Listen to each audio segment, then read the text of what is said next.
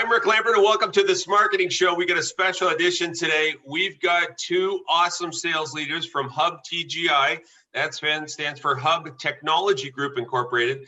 These two awesome ladies, millennials in case you can't tell, head up the sales teams at Hub TGI, located in Toronto, but servicing right across the nation. Xerox's largest partner in Canada, but services technology-wise well beyond that. Document management, IT services, security services, the full gamut, a one-source solution for businesses looking to get ahead of the curve. Now, today we want to talk, I think, about culture, and we thought, why not bring two superstars in? Is that right, Cheryl?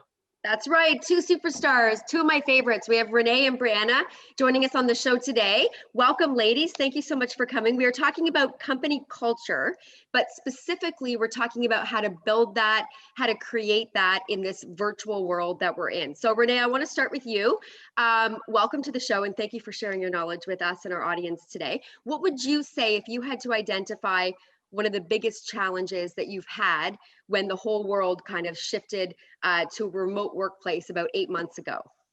Yeah, so thanks for having us. I think our biggest challenge was when you're not physically with people, it's really hard to feed off each other's energy. So Brianna and I always talk about how we kind of, when we were mourning our social life, we also kind of mourned our work life. Yeah, there's like a big overlap, I would say, between, you know, your company culture and the social aspect that happens at the office, and then also carrying that into your personal life. So you're not just not seeing your coworkers, but you're really kind of not seeing anybody. Brianna, did you want to add to that some of the things that you've noticed? Yeah, so mimicking what Renee had said, specifically in our office, we're a pretty millennial dynamic group, and we've become more than friends, I would say, even outside of the office. So making sure that the energy mimics what the office had to bring was definitely a challenge at the beginning, but we've implemented a bunch of different virtual strategies to kind of help mitigate that for us.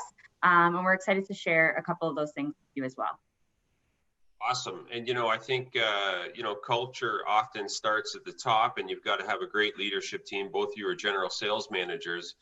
And, I've been exposed to the Hub organization for a number of years. And if there's an organization that, works hard and plays hard, I think you guys would typify that. Great place to work, learn, and grow, and, make money as well if you're a salesperson.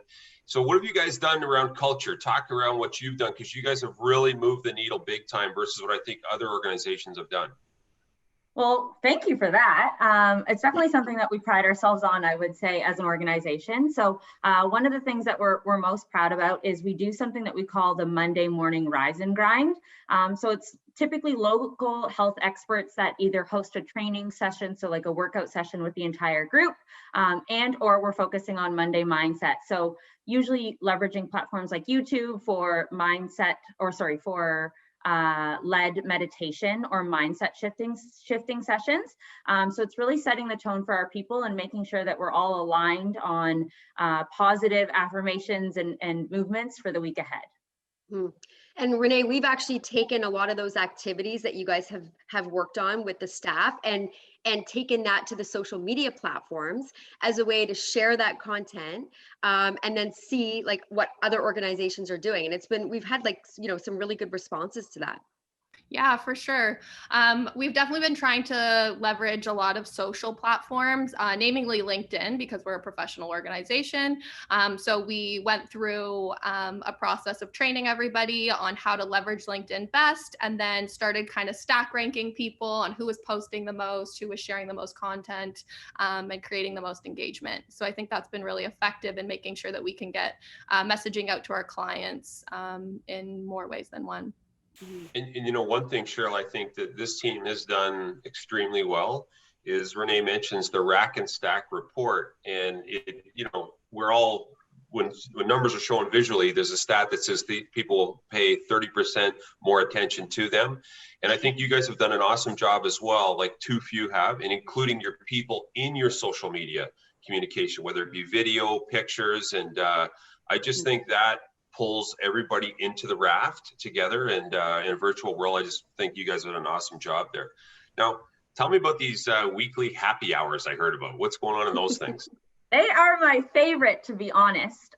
So typically each team, we have 4 teams at Hub TGI. We're specifically getting together with our individual groups by creating kind of group-led discussion or specific gains to them. One of my favorite happiest hours was led by my team, where we went around and we provided each of us with a compliment or 2 compliments per person. So each person in the group goes around and gives the one person 1 or 2 compliments. And we definitely left feeling way better about ourselves, but also our performance within the organization, and really saw the true value that we brought to the team.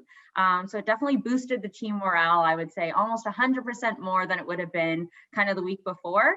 And we leveraged this session as well to talk about best practices that the team has done either the week before and or something they're looking forward to on the week ahead. So it's really kind of engaging and dynamic, very interactive, and always a really good time. Mm-hmm.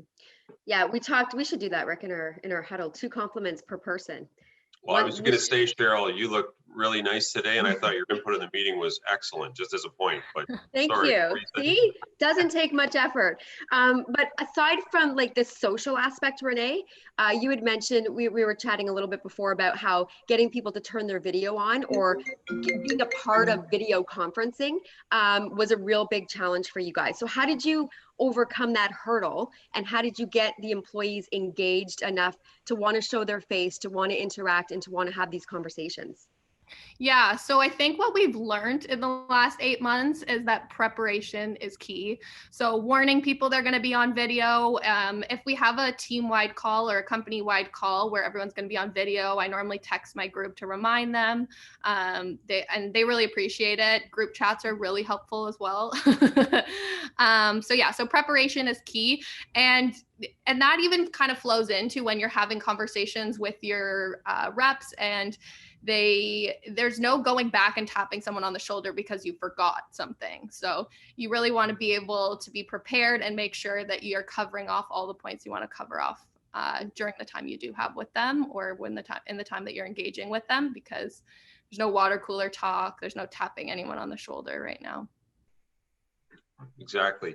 Now, one thing that I have to ask you is, your sales force is, you guys have got a lot of very good experienced people there. You've got new people that are joining based on the great things you're doing with a Canadian-wide reach with your technology platforms.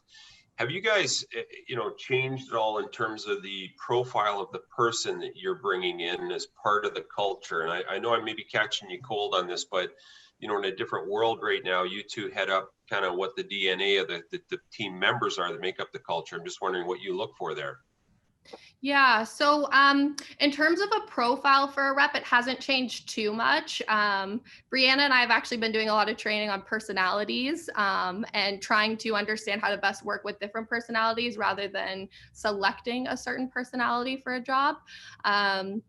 So what we've kind of been doing, rather than looking for a certain profile, is looking how we can best manage the profile that we're given. So we want a lot of different people to be successful in sales. And I think they all have different strengths that they can bring to the table and different customers that they can connect with. So I think that's where we've been putting our focus. And then beyond that, I think we've really been trying to build our onboarding process so that it can translate to a virtual world.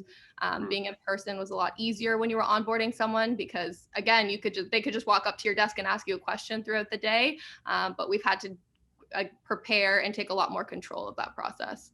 That's I think, Cheryl, that Renee's understating what they're really doing in their onboarding, and in a virtual world. I think what you guys have done is excellent, just in terms of providing some structure. And, a lot of chatter on interviews, but I think you guys actually execute and help someone get up to speed and maximize their potential quickly. Yeah. Before we wrap up, a couple last questions in closing, and Brianna, I'll start with you. If you had to kind of summarize some of the biggest lessons that you guys have learned over the last 6 months in terms of trying to build and create this positive environment at Hub, what would you say that those lessons are? Yeah, so I think the number one thing is going to be a regular cadence or touch points with our team.